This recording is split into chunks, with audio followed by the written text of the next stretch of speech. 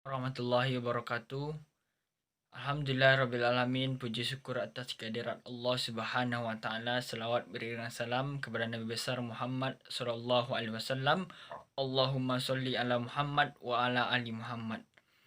Alhamdulillahirrabbilalamin.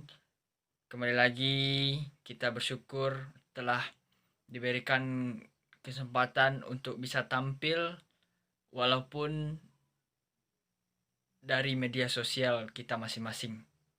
Nah, saya dari kelompok 2 Yandika Putra NIM 1830 11 10 83. Pada kesempatan kali ini secara singkat ingin menjelaskan tentang materi membaca, menerjemahkan dan menulis isi kandungan surah Al-Fatihah dan surah An-Nas.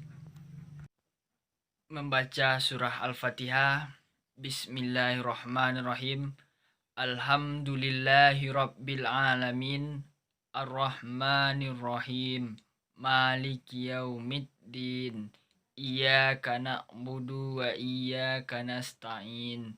Ihdinas siratal mustaqim. Siratal ladzina an'amta 'alaihim ghairil maghdubi 'alaihim waladdallin. Amin. Lanjut ke surah An-Nas. Bismillahirrahmanirrahim. Qul a'udzu birabbin nas, malikin nas, ilahin nas, min syarril waswasil khannas, alladzi yuwaswisu fi sudurin nas, minal jinnati wan nas. Shadaqallahul azim. Terjemahan surah Al-Fatihah dan surah An-Nas. Langsung saja surah Al-Fatihah. Bismillahirrahmanirrahim. Dengan menyebut nama Allah yang maha pengasih lagi maha penyayang. Alhamdulillahirabbil alamin. Segala puji bagi Allah Tuhan semesta alam. Ar-Rahmanir-Rahim, yang maha pengasih lagi maha penyayang. Maliki yaumiddin, yang memiliki hari pembalasan. Udu wa iyyaka nasta'in. Hanya kepada Engkau kami menyembah dan hanya kepada Engkaulah kami memohon pertolongan. Shiratal mustaqim. Tunjukilah kami jalan yang lurus. Shiratal ladzina an'amta 'alaihim ghairil maghdubi 'alaihim waladdallin. Amin. Yaitu jalan orang-orang yang Engkau berikan nikmat kepadanya, dan bukan jalan orang-orang yang Engkau murkai, dan bukan pula jalan orang-orang yang sesat.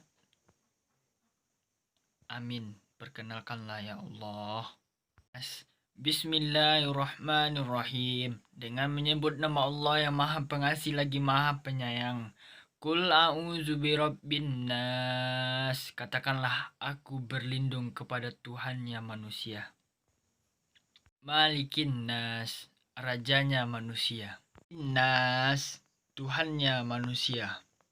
Waswasil khannas, dan kejahatan atau bisikan setan yang bersembunyi.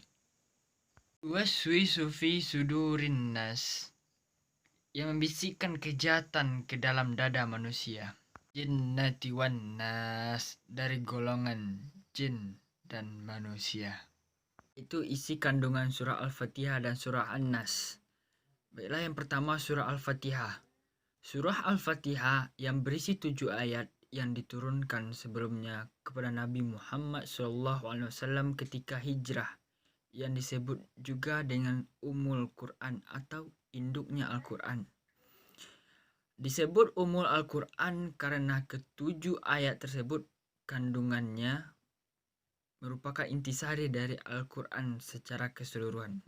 Nah, yang mana pembahasan atau isi kandungannya yang 4 itu adalah: 1. Meyakini Allah Subhanahu wa taala dengan segala sifat keutamaannya. Nah, kita tahu bahwa dalam surah Al-Fatihah itu ada bacaan Ar-Rahman Ar-Rahim, yang maha pengasih lagi maha penyayang, yakni meyakini apa yang kita yakini bahwa Allah itu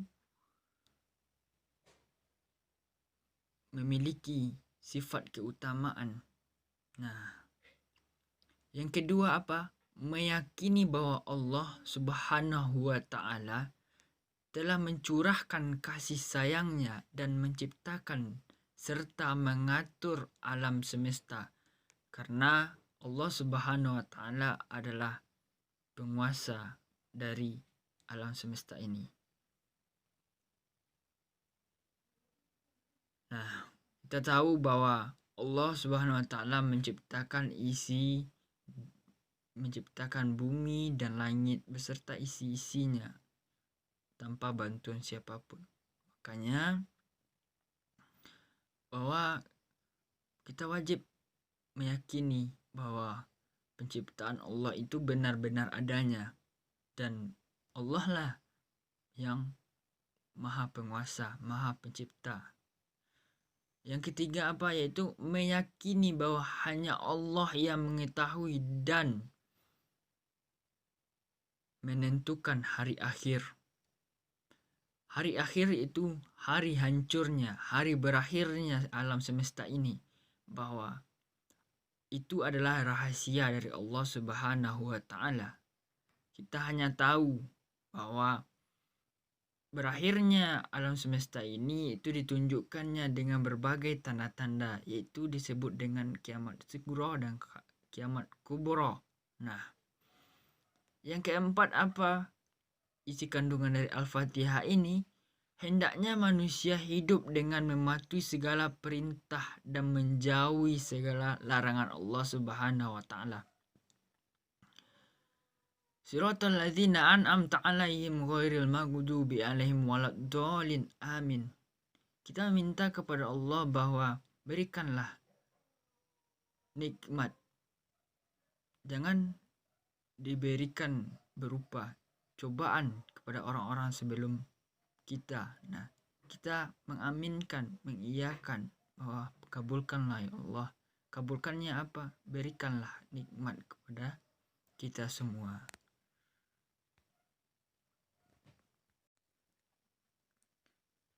Selanjutnya yang kedua itu isi kandungan surah An-Nas.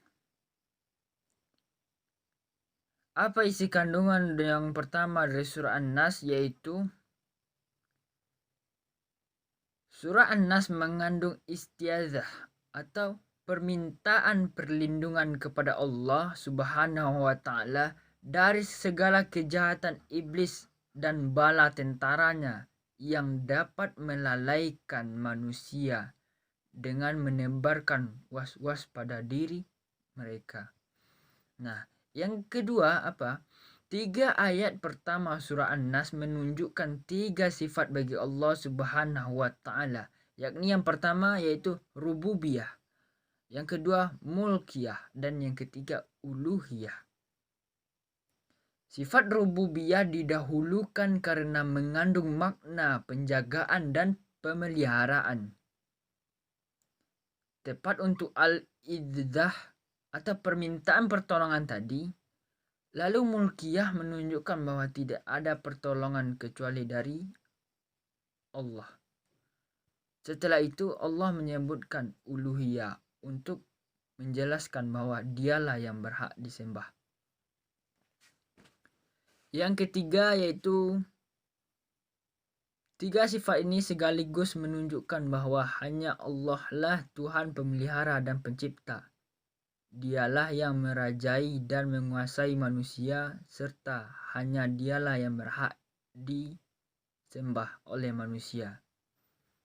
Yang keempat, isi kandungan An-Nas yaitu menjelaskan bahwa was-was ada kalanya dari jin dan ada kalanya dari manusia. Surah An-Nas juga memberikan penjelasan kepada kita bahwa setan itu bisa dari golongan jin dan bisa juga dari golongan manusia. Yang kelima dalam surah An-Nas kita menyebutkan 3 sifat Allah, Rabb, Malik, dan Allah. hanya untuk meminta perlindungan dari suatu hal, yakni was-was.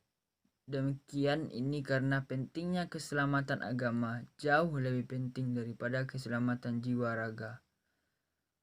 Demikianlah isi kandungan surah An-Nas. Semoga bermanfaat dan menambah keimanan serta ketakwaan kita kepada Allah Subhanahu wa taala.